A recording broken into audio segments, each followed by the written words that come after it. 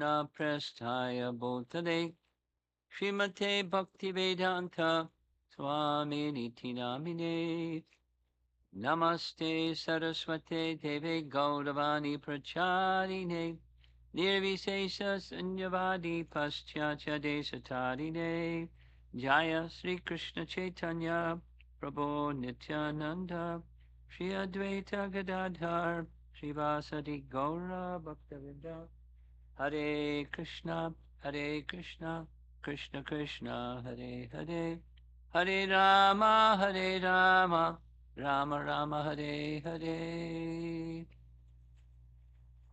More people will come late. He's enthusiastically inviting you to come forward. Please come forward. Thank you.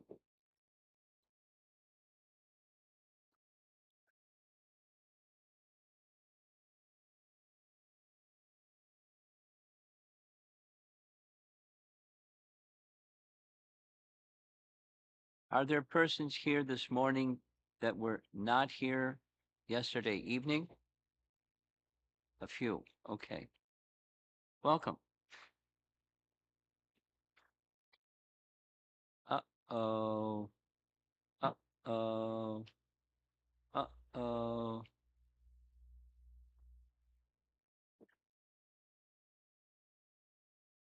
If that resumes, you know what to do, right? Thank you.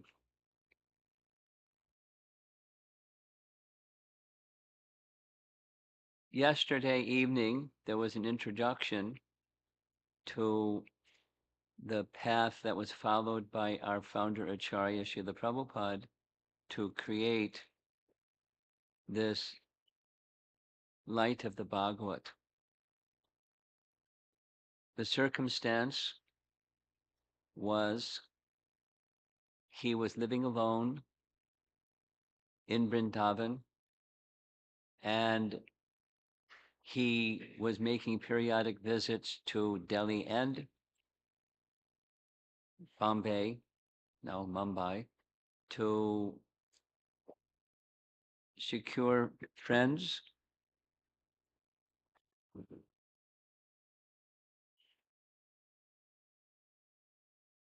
who might be able to help him make his journey to America, because that was the assignment, not specifically to America, to the English-speaking parts of the world. One of those visits to Delhi resulted in some acquaintance giving him an invitation to a festival or a conference that was planned in Japan. Fast forward, Prabhupada got a letter of invitation to be a guest speaker at this event, conference for the advancement of the human spirit, or unity of the human spirit, something like that. Getting the invitation letter, Prabhupada wrote a book, Light of the Bhagavat, with a plan to have the book published by the gentleman who had sent the invitation letter, because he didn't have the money to publish it, and paintings that were described by Srila Prabhupada and sent to the organizer of the event who didn't have the paintings made, and a whole plan of having displays. He wanted him to make blow-ups of the paintings so people could see on display at this conference for the unity of human spirit or advancement of human spirit, whatever the language was. And it never got published because he didn't have the money, and so it sat in a trunk, and later on it was published by Tamal Krishna Maharaj in Hong Kong 23 years later. And what Prabhupada had selected as a suitable topic for his audience was his estimation of what people from the Far East would appreciate, that is, lessons of life through scenes of nature. So that's a little backdrop.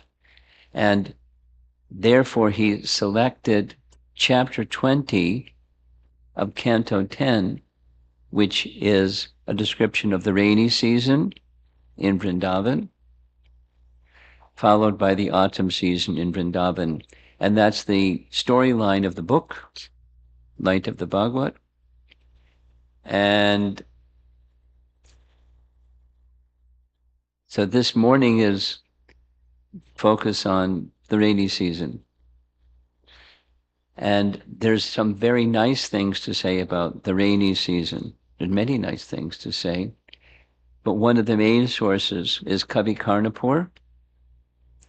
Kavi Karnapur is an author, a disciple of Sri Chaitanya Mahaprabhu, who wrote wonderful literatures. He was a Kavi. He was a very poetic person, and in a poetic manner, he describes what you see on the screen. The rainy season personified, Barha. He discloses her name. And the meaning of Barha is given here: the rain which descends upon Braja and gives relief to all the Brajvasis. That's the meaning of Barha. So we're going to hear a lot about Barha. Her name, or the rainy season personified, can be identified by the fact that she holds a chatak bird in her left hand. Now, this lady doesn't have a chatak bird because this was just off the internet, just the rainy season, or rainy season personified. But there's some other nice illustrations where she's holding a chatak bird in her left hand. And she's the cousin sister of Vrinda Devi. And as Vrinda Devi, many of you know, she holds a parrot in her left hand. So when Vrinda Devi, who helps to orchestrate Krishna's pastimes under the indication of Yogamaya personified, Purnamasi, Vrinda, calls her cousin sister, Barha. It's time. It's that season. It's your season. Please come. And so Barha comes. This is described in Kavi Karnapur's writing, to give relief from the summer heat. So this is taken, the rainy season is chapter 20 of Canto 10, which the Light of the Bhagavata is based upon. Chapter 19, which comes before chapter 20, is the summer season. And in the summer season, it's those of you that have been in Vrindavan or Delhi or North India, steamy hot. And so it's big relief. After the summer season comes the rainy season. Kavi Karnapur describes, she wears pink colored garments with a long black braid coming down to her feet. She creates, this is very poetic, this is Kavi Karnapur, she creates and walks in windy and moist air. Very poetic. She creates and walks in windy and moist air. So I gave this description to some devotee friends that are artists, and this is what they came up with. Now, in her left hand is a chatak bird. So here's a photograph. There's cranes and other things, rainbow-looking things, and she's walking and creating windy and moist air. Rainy season personified. There's a chatak bird. And here's Vrinda Devi, her cousin sister. She's holding a parrot in her left hand. Many of you have seen deities or paintings of Vrinda Devi. Here's a deity. The parrot is in her left hand. Another beautiful painting of Vrinda Devi. She's a very important person in Braja Leela. She does many, many, many, many, many things. She's always on call. to assist in very sweet ways. She provides costumes for Krishna. She does so many things. When Krishna needs a disguise costume, she's got one, and she provides it. And she arranges many things. She arranges leelas. So that this arrangement includes the leela of the spring, the rainy season. There's another beautiful painting with the parrot not in the left hand, but that's okay. So here's a scene from the rainy season where the sun is shining, but very soon after the heat of the summer, then the rainy season comes. Here's a nice painting of Kavi Karnapur, and his description is, in addition to bringing coolness to the residents of Vrindavan by the invitation of the rainy season, here's Vrinda in this painting. She's getting ready to invite her cousin sister to come, Barha to come, and Barha comes. And the sky becomes filled with dark clouds, and the residents become relieved from the scorching heat. But according to Kavi Karnapur, she not only gives relief to the residents of Vrindavan from the heat of the summer, she gives relief to Radha and Krishna from the scorching heat of their feelings of separation. Now, how does that work? He describes, because other seasons, they have to be very circumspect about meeting one another. But during the rainy season, many people don't go out. So they go out and they meet one another, and the burning feelings of separation of Radha and Krishna are soothed, because it's a really nice time for them to arrange their transcendental meetings. Again, this is Kavi Karnapur's description. Radharani has a very beautiful prayer about Vrindadevi, about, Barha. I'm just going to read. Oh, my true friends. Oh, my true friends, the creepers and vines of this forest, who hide me from my in-laws, and oh, the golden kadamba flowers who disguise me and keep my in-laws from seeing me, and oh, my best friend, the forest of Vrindavan, I offer my gratitude to all of you. So as Krishna has love for all the manifestations of Vrindavan, it's described in Bhakti Rasamrita Sindhu in very beautiful language that there is a relationship between Krishna and each entity, even in the neutrality feature, or the insects. We'll hear something about the insects, and the birds, and the trees, and the flowers, and the water, and the everyone and everything. If you have to cough again, I don't want to catch something. Be careful.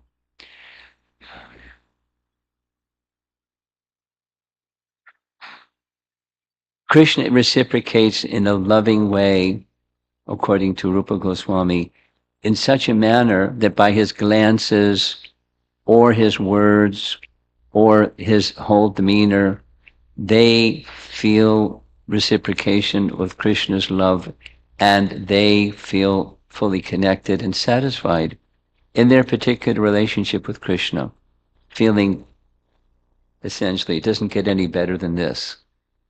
They're fully satisfied. In other words, there's no envy, because they're feeling fully satisfied. And similarly, Srimati Radharani feels, no, she's not the supreme controller, the Ishwar, she's Ishwari. And so the land of Vrindavan, the trees of Vrindavan, the flowers of Vrindavan, the Vrindavan reciprocates with her and her moods of love, specifically her moods of love for Krishna. Now, in this little prayer, there's built in that there's separation. And this so-called marriage of Radharani to the so-called husband Abhimanyu is a so-called arrangement for the purpose of enhancing the mood of separation. And all the personalities connected, Jatila, Katila, and Abhimanyu are enhancers of providing obstacles for the meeting of Radha and Krishna, which is very difficult, but it enhances the sweetness of their meeting.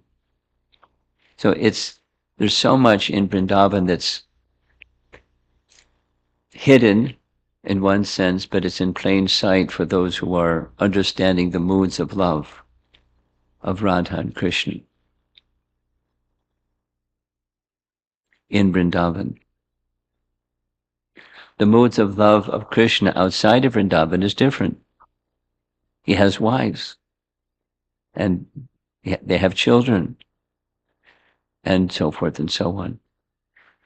And it's all formal, and it's in the open, and this is another kind of love between Radha and Krishna.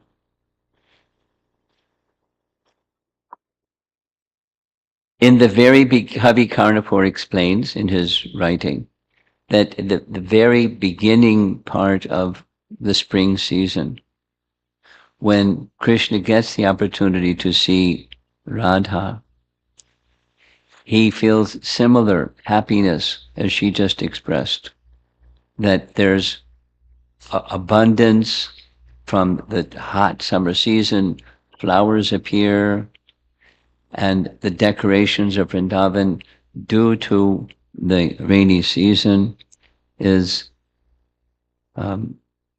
abundant. He writes, swarms of bumblebees dart through the air, impelled by her provocative glances cast on Krishna.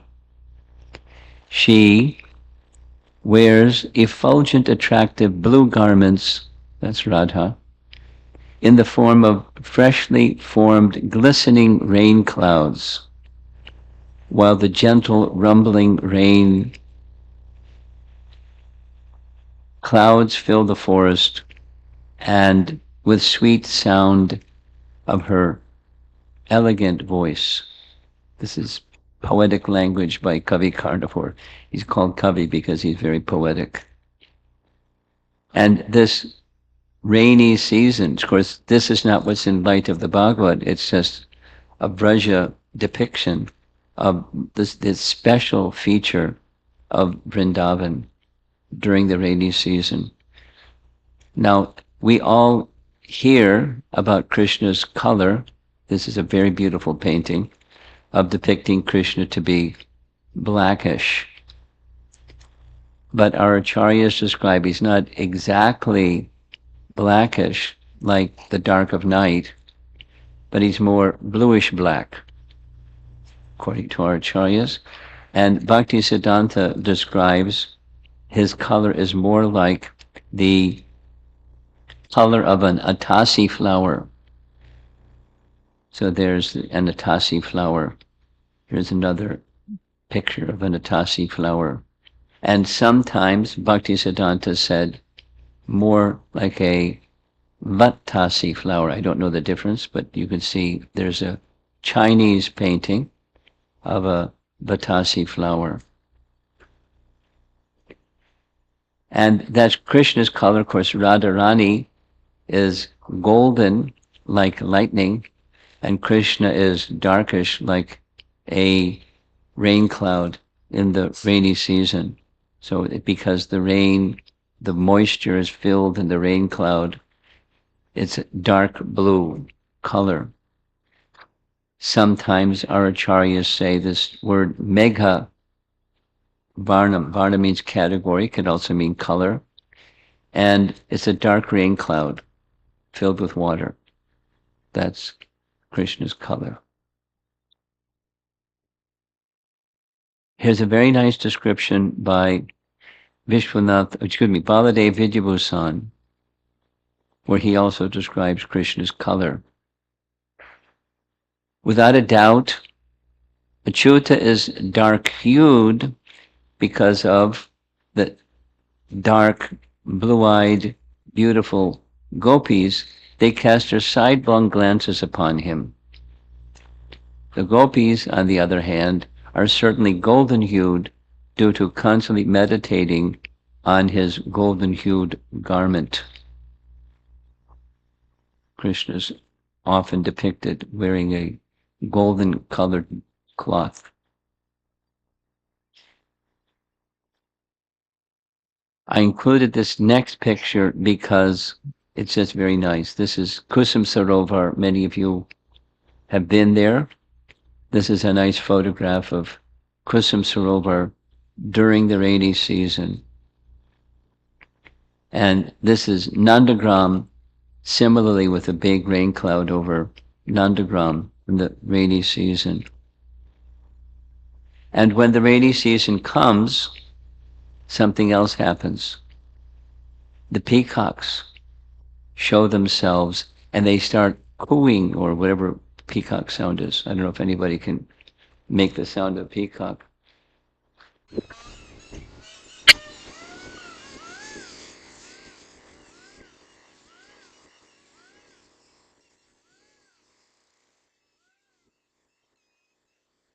They get very excited. And that was a little loud, so I decreased the volume. But it's standard. If you're in Vrindavan, you've heard that sound before, and it becomes like a peacock concert in the rainy season, because they see the clouds and they become very thrilled because it's a different mood and abundance of things for them to eat and so forth.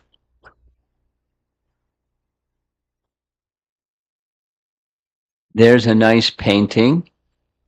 You'll see many such paintings as we go forward. This is a painting you see in the upper right corner. It's Chinese characters. I don't know what it says. But there's 4 months of the rainy season. There's the 4 names. Shravana, Bhadra, Ashvina, and this one, Kartik month. About to close. But it's part of the rainy season.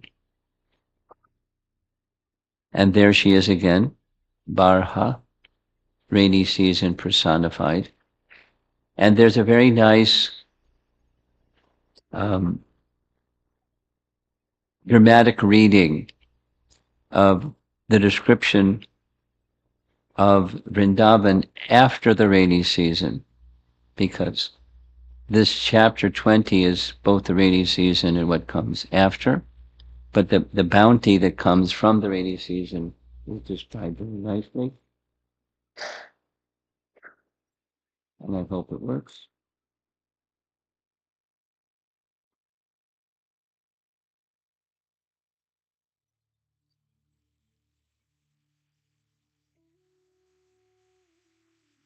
Every morning during the rainy season,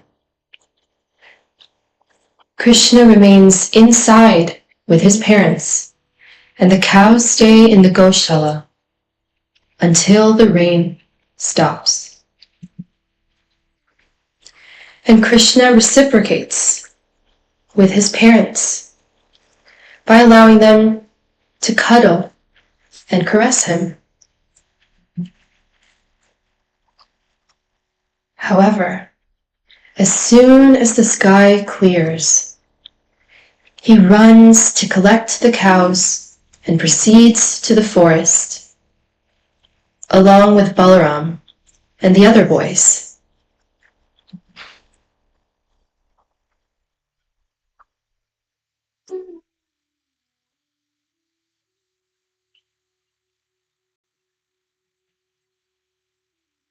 During the rainy season, the peaceful green fields look charming under the deeply blue, cloudy sky. It seems as if the sun has retreated to a distant place and fallen asleep. All the miseries of the hot summer season have disappeared.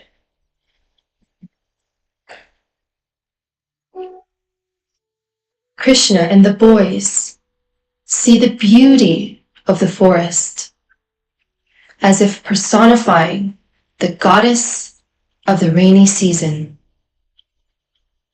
The fresh, dark, rain-filled clouds were her effulgent blue garments, and the calling of splendid restless cranes adorned her throat as a pearl necklace. The iridescent fanned tails of the dancing peacocks were like her beautiful hair. The rumbling of the clouds filled the forest with the sound of her delightful voice. The fragrant earth, laden with scent of flowers, was her breath.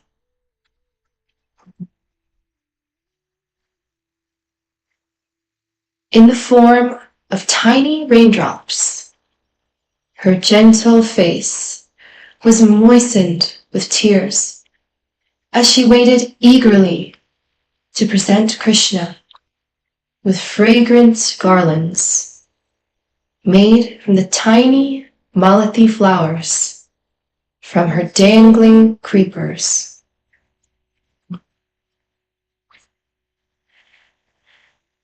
Millions of Indragopas, or tiny little red insects, crawled all over the ground, and they were the red pigment that colored her delicate feet. Thus, the goddess of the rainy season pleased the entire world with her beauty and her sweetness. Overflowing with affection, she desired to serve Krishna in every possible way. Just as one gets relief from the scorching heat of the summer by taking the proper medicine, the Vrajavasis were delighted with the appearance of the refreshing rainy season. They felt that time, in the form of a magnanimous physician, had awarded them with the wealth of the rainy season. This season brought supreme satisfaction to the playful prince of Vraj.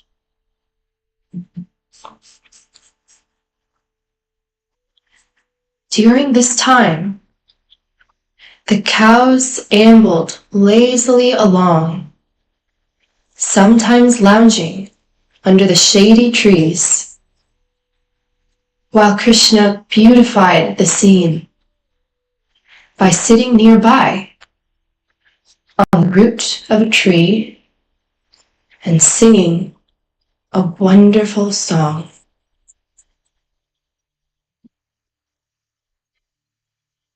The cows looked lovingly at Krishna while munching the plentiful grass, becoming fully satisfied, eating the lush foliage as they moved very slowly.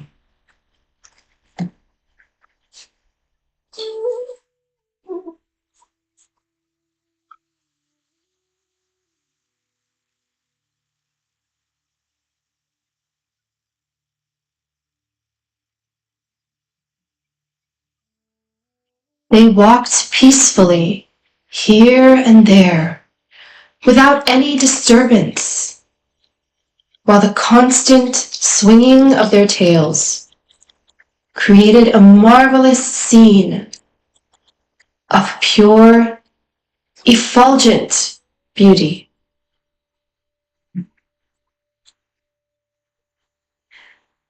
Upon filling their bellies, the cows lost all desire to eat, and they rested amidst the soft, cooling grass and slowly chewed their cud. Turning their gentle faces towards Krishna, they glanced at him with love and gratitude, and Krishna took great delight in seeing them.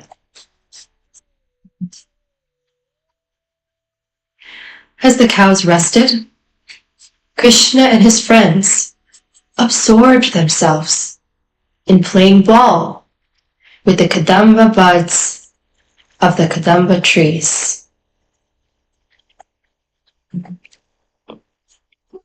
Meanwhile, exhilarated with joy, the clouds raced across the sky and broke into small pieces and gradually disappeared.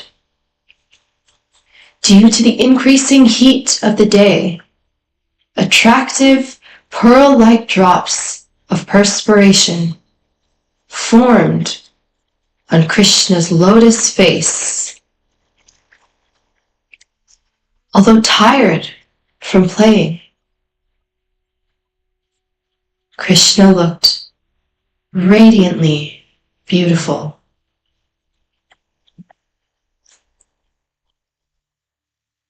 On one auspicious occasion during the rainy season, the cows were grazing on the fresh, green grass growing in the beautiful valley beside Govardhan.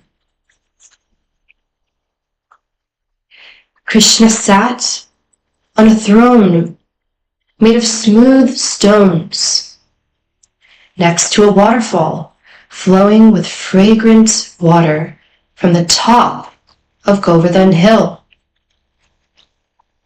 Enjoying the atmosphere, he laughed and joked with his friends, who played a game using some small dark crystal stones.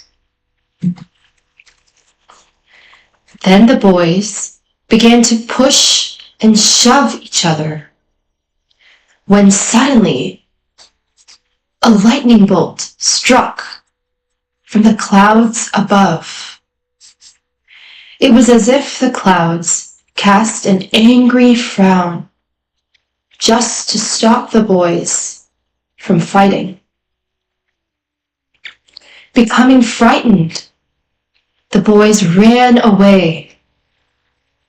But once regaining their courage, they returned. Again, the clouds loudly thundered once more, and once more, the boys ran away. Grabbing some branches and creepers from the trees, they waved them wildly in retaliation, pretending to beat the clouds. The clouds responded by drenching them with a quick downpour. When it rained, Krishna took shelter in the caves of Govardhan, sitting there, waiting for the rain to stop, biding his time. He looked like a beautiful baby elephant. The boys entertained this charming, enchanting person by playing games of shouting loudly into the caves and laughing at the echoes that reflected back with deep, angry sounds. They said, "Who are you? Who are you?" An echo returned, saying, "Who are you?" And suddenly the cave filled up with great clamor.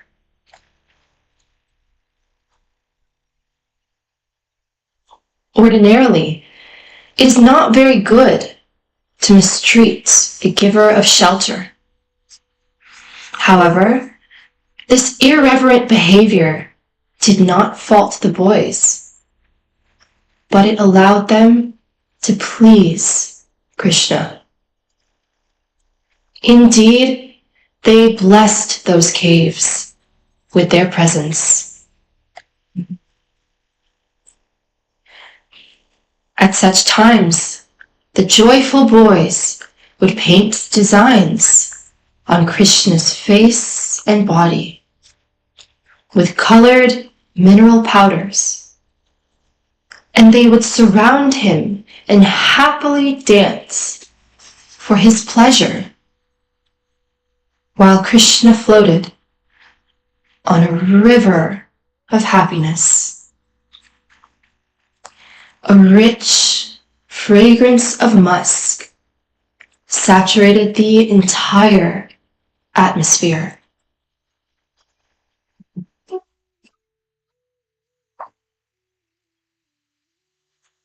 During the rainy season, Govardhan Hill is full of incredible beauty, with many sorts of fresh fruits and edible roots. Magically, Vrindavan simultaneously encompasses all the seasons at the same time, and hence always provides the opulence of all the varieties of fruits and flowers.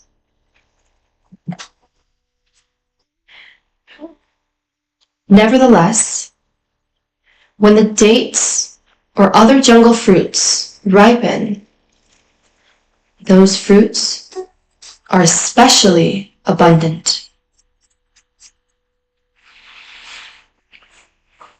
Krishna relished the taste of all the items brought by his friends, whose hearts surcharged with happiness.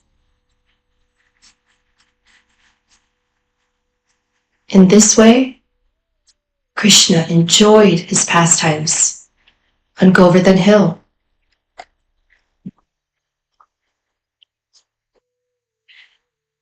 Meanwhile, outside the cave, it appeared that the rain smiled with teeth of hailstones, falling everywhere.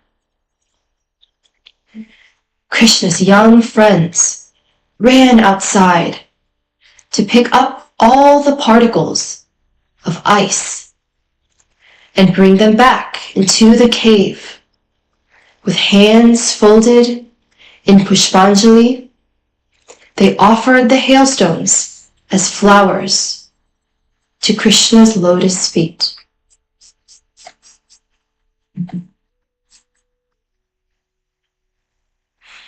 When the rain stopped, the boys left the cave and ran to the top of Govardhan Hill, where Krishna sat peacefully on a beautiful emerald rock that glittered brightly, having just been washed by the rain.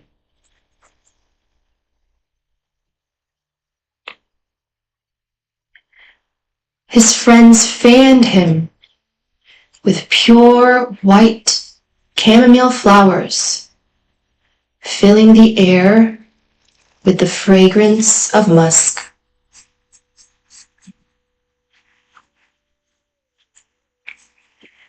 Enchanting tunes and melodies echoed throughout the forest as Krishna played his flute then twirling the edge of his yellow cloth, while admiring the remarkable combination of sky and land and forest. Glancing around, Krishna called his cows, "Hey, Hamsi! Oh, Harini! Oh, Vamsi!"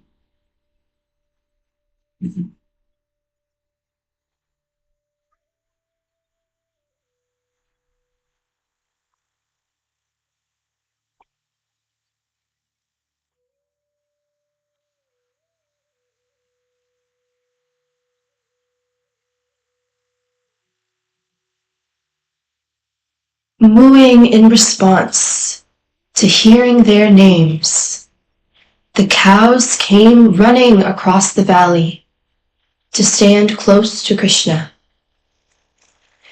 Due to the heavy weight of their udders, they moved in a crooked manner, and yet, as they got closer to Krishna, they galloped all the more quickly and trampled the grass under their hooves. Crying and mooing, the cows assembled around Krishna, and he addressed them to not stay any longer. The cows respected the Lord's order, and they immediately proceeded to the valley.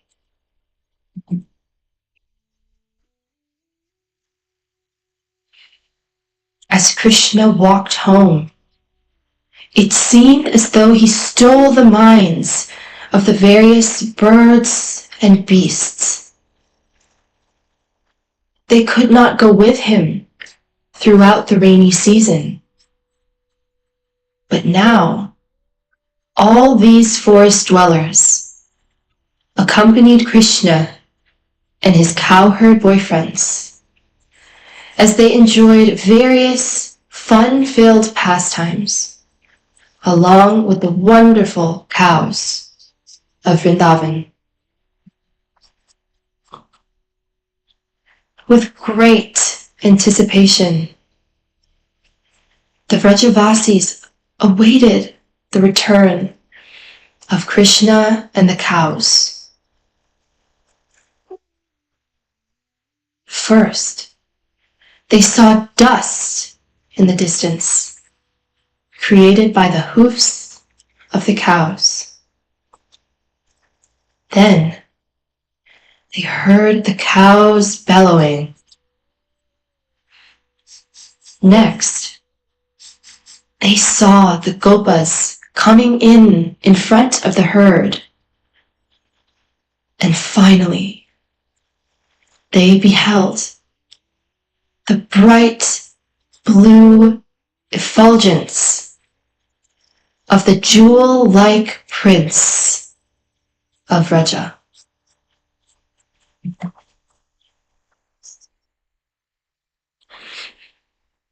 Overwhelmed with desire to lick their calves, the cows tried to run, but the heavy weight of their milk bags checked their forward movement.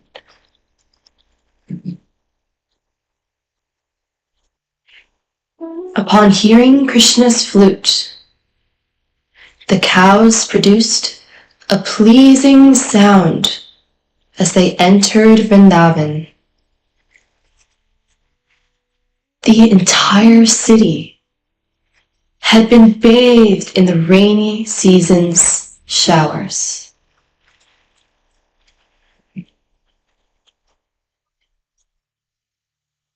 Now, after the rain, the proud peacocks, famous for their dancing ability, strutted about on the rooftops of every home with their long, thick green tails fanned out to dry in the sun.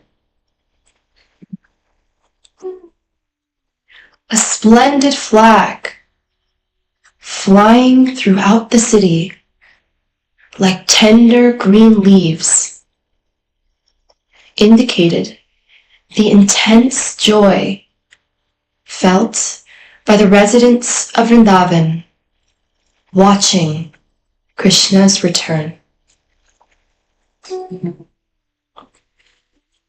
The heavy downpour produced mud puddles that were lying here and there,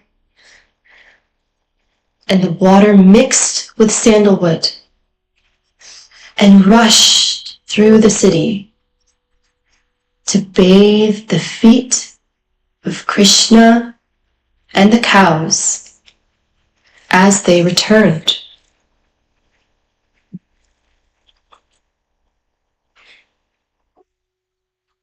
Entering the palace, Krishna sat down to eat a variety of palatable foods.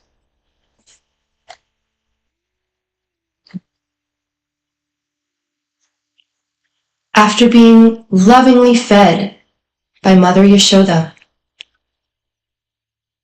he lay down to rest on a bed with sheets as white as powdered camphor. The sweet sound of buzzing bees hovering around filled Krishna's bedroom with a melodious sound, and thus, while enjoying the sweet fragrance of the aromatic herbs and dried flowers stuffed in his pillow, Krishna slowly fell asleep and passed the night.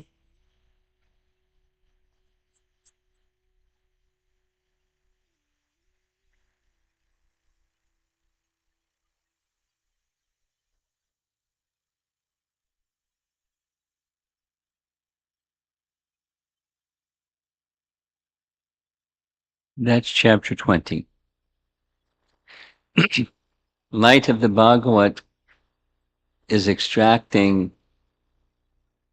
the scenes of the rainy and the autumn season for a different audience than us, people that are in the Far East. And our founder Acharya wanted to give to them and to the world the message of Srimad Bhagavatam. So this was the medium, the scenes of nature and lessons of life. Of course, lessons of life, when properly applied, they lead to Krishna Bhakti and Braja Bhakti. So this is the conclusion for this morning. Now I want to say a couple more things before we break. It's 8:30. A reminder from yesterday, there's going to be 3 breakout sessions with 2 things. There'll be 3 breakout sessions in the course of this time together. And from my perspective, they're very important for not just appreciating the mastery of our founder Acharya's writing and how he chose to present the message of the Bhagavatam to a new audience. Shri Shri Radha Nila Madhava Ki Jai.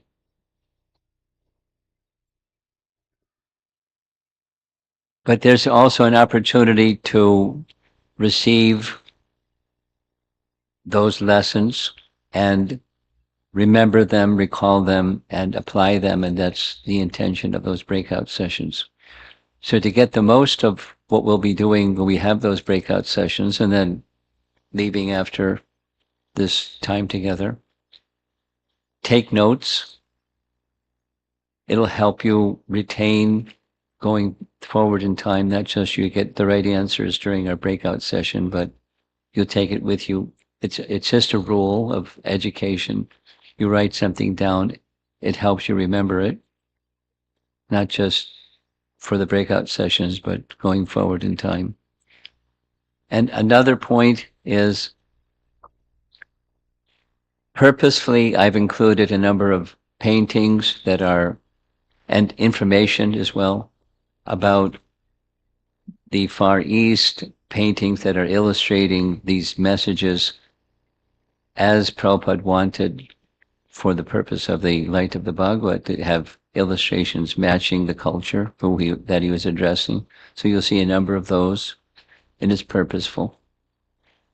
But I find it makes a nice connection with the intention of our founder Acharya and bringing his message to others. The visuals have some impact on how we receive the message.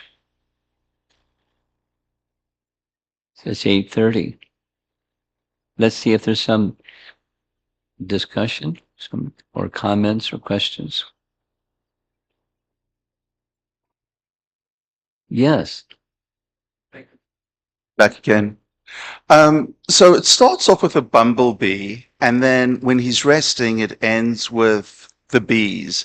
And I think it's really indicative because of the industriousness, but also the fact that the bumblebee is so much larger than the regular bee. And when he's sleeping, it's not that he's less than in any capacity, but the level of activity seems to have gone down. And it just seems, it's also very circuitous in the sense that it's the seasons that they get larger and smaller, and there's this profound sense of nature and beauty in those descriptions. You're poetic. You're kavi. Poetic. It's one of the 26 qualities of a devotee, by the way. A devotee by nature is poetic, and you become a nice devotee, you become even more poetic and more poetic. And so part of the there's many different dimensions and features of poetry, but it helps to create a picture of something that we may not have experienced, but we can experience through sound, and then an image is created through poetry to take us to the place. That's why this little, recording and dramatic reading was there, in part through pictures of Krishna and etc., to carry us to the mood of not being in Houston, but being in Vrindavan with Krishna during the rainy season and the autumn season. So it's part of art, music, poetry. It's part of creating a mood. That's the purpose. And you hear nicely and so forth, and it helps carry you to the message of Srimad Bhagavatam and appreciating Krishna and these changes, like you described, different sizes of bees, and the active ones and the noisy ones, and poetic. Thank you. Anything else?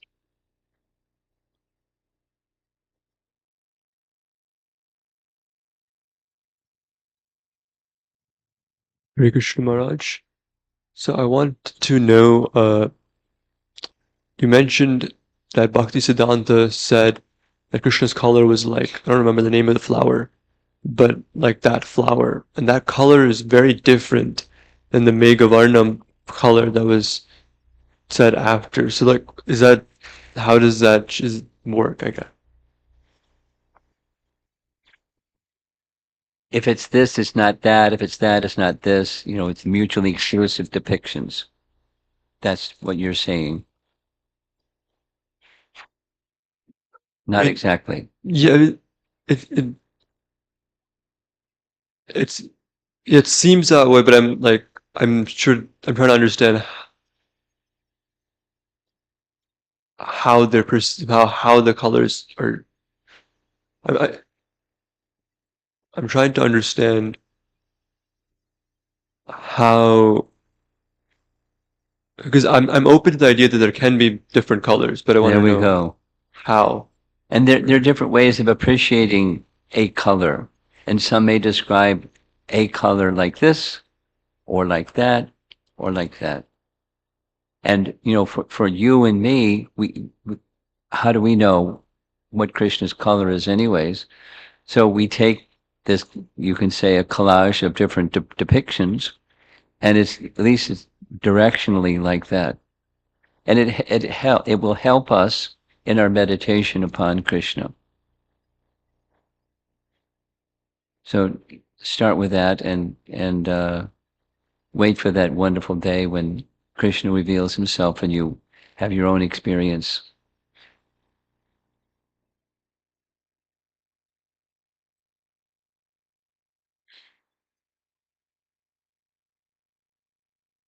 Atasi, Vatasi, and Megavarna, those are the three. Those are Bhaktisiddhanta's, more like a Vatasi flower. Yes. Hare Krishna Guru Maharaj. This is from yesterday's class where you explained that Srila Prabhupada is an empowered personality, Yes. and that's how he could do all these almost inhuman things. My question is, Guru Maharaj, that he did not get success at the get-go and he had to go through a lot of trials and tribulations. So there is also a role of time, looks like here, even though he's empowered, still he had to go through that and right things happen. Well, the fact that he had to go through tribulation doesn't mean that's a sign that he was not yet empowered. Or saying the same thing differently. There can be different reasons why Krishna put Prabhupada, or may put you or me, through some tribulation. And it isn't necessarily because you or I or Prabhupada went through some tribulation, he wasn't yet empowered. But, you know, testing his strength, increasing his determination, creating obstacles, and then remaining determined despite the obstacle, and then poof, the obstacle disappears, or however Krishna wants to orchestrate it. It's the essence of relationship. It's not monotonous. It's very dynamic, not static. And each relationship is going to be a little different.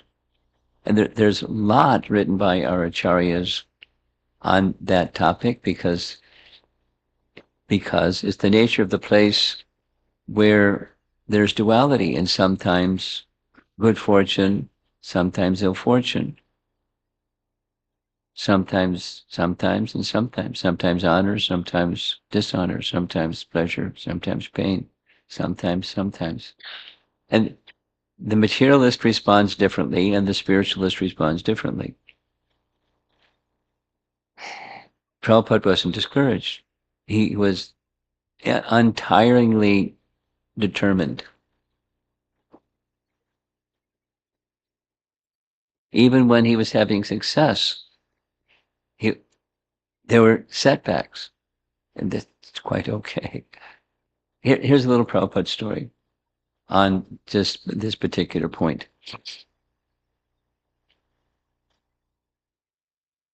After ordeals in Manhattan, he finally was provided with a space. Aside from the apartment above 26 Second Avenue, he had a little apartment, like a studio apartment. Studio apartment means like really tiny.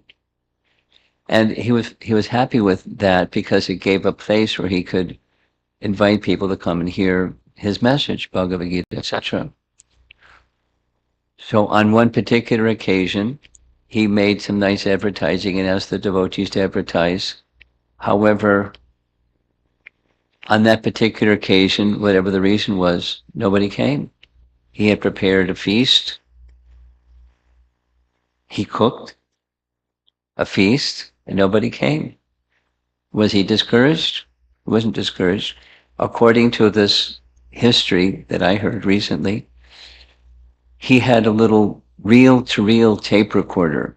You know, reel-to-reel means that one of those dinosaur models. It was actually, you know, a reel into a reel. And so he knew how to operate it. He hit the start button, and then he gave a class.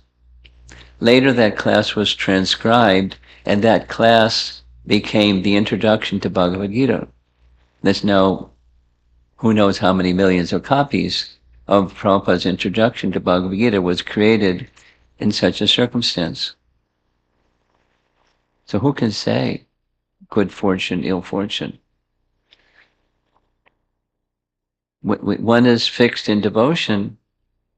They're different varieties of Krishna's kindness. It's not seen otherwise, because Krishna's kindness is the essence of such a faithful devotee. It's not a sign that Krishna didn't give us empowerment yet.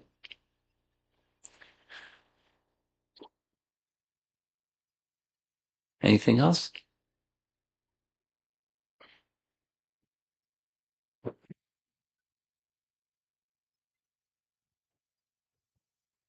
Hare Krishna, Guru Maharaj. We hear that Lord Indra is the controller of rainfall or rains, and we do hear from Govardhan Leela that all the Vrajavasis were offering sacrifice to please Lord Indra. How do we understand this personality, Barha, in relation? What she mean because she brings rain, and Indra's in charge of rain. That's your question? Yes, Why not? No, who is undertaking direction from to provide rain? From the same place that Barha is taking direction from. All energies have an energetic source, and energies move according to the indication of the energetic source. Now Indra may think, I'm it. But he's not it. His capacity comes from some source. And Barha may or may not be taking orders from Indra, may or may not. She is acting under the internal potency, at least in Vrindavan. Her coming, she comes besides in Vrindavan, and she has a function. As Vrinda Devi has a function, her cousin sister has a function. So it's not. The interface is they're agents of the supreme source of everything, and they have a function. And there's no indication that she, Barha, takes her marching orders from Indra. Okay, it's time for more rain. Go do your thing. Exactly what the relation is not indicated, other than the source of both of them, the power that both of them have is the same source. Okay. Nice question.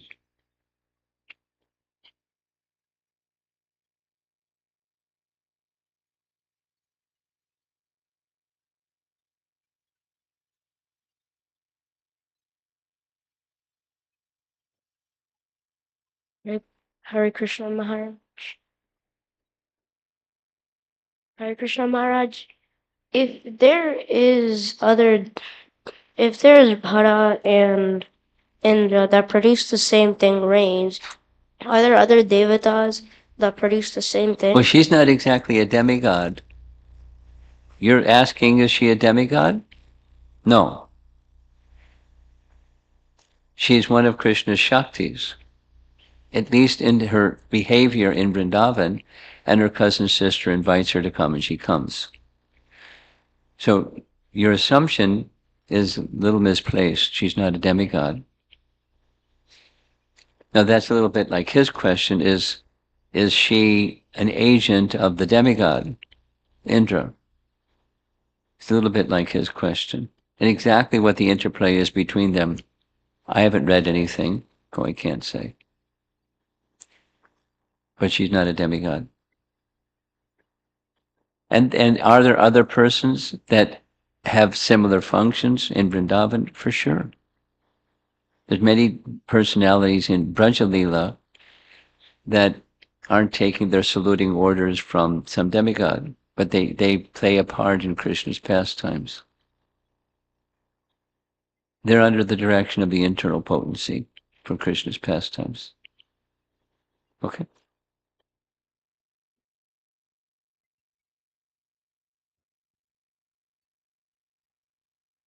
Okay, so we'll end. And what are there some announcements? Usually there's announcements. Hare Krishna. Thank you, Guru Maharaj. Wonderful session. So we continue to have the nectar right now.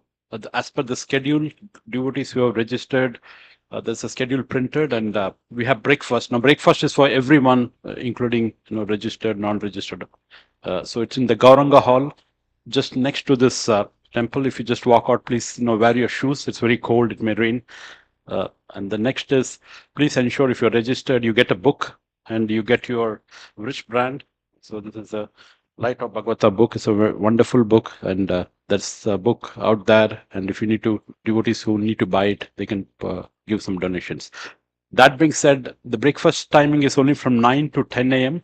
So sharp at 10 a.m. we start the Bhagavata, Light of Bhagavata Part 1. Maharaj will again start giving the class 10 to 11:30. And after 11:30, we do have a big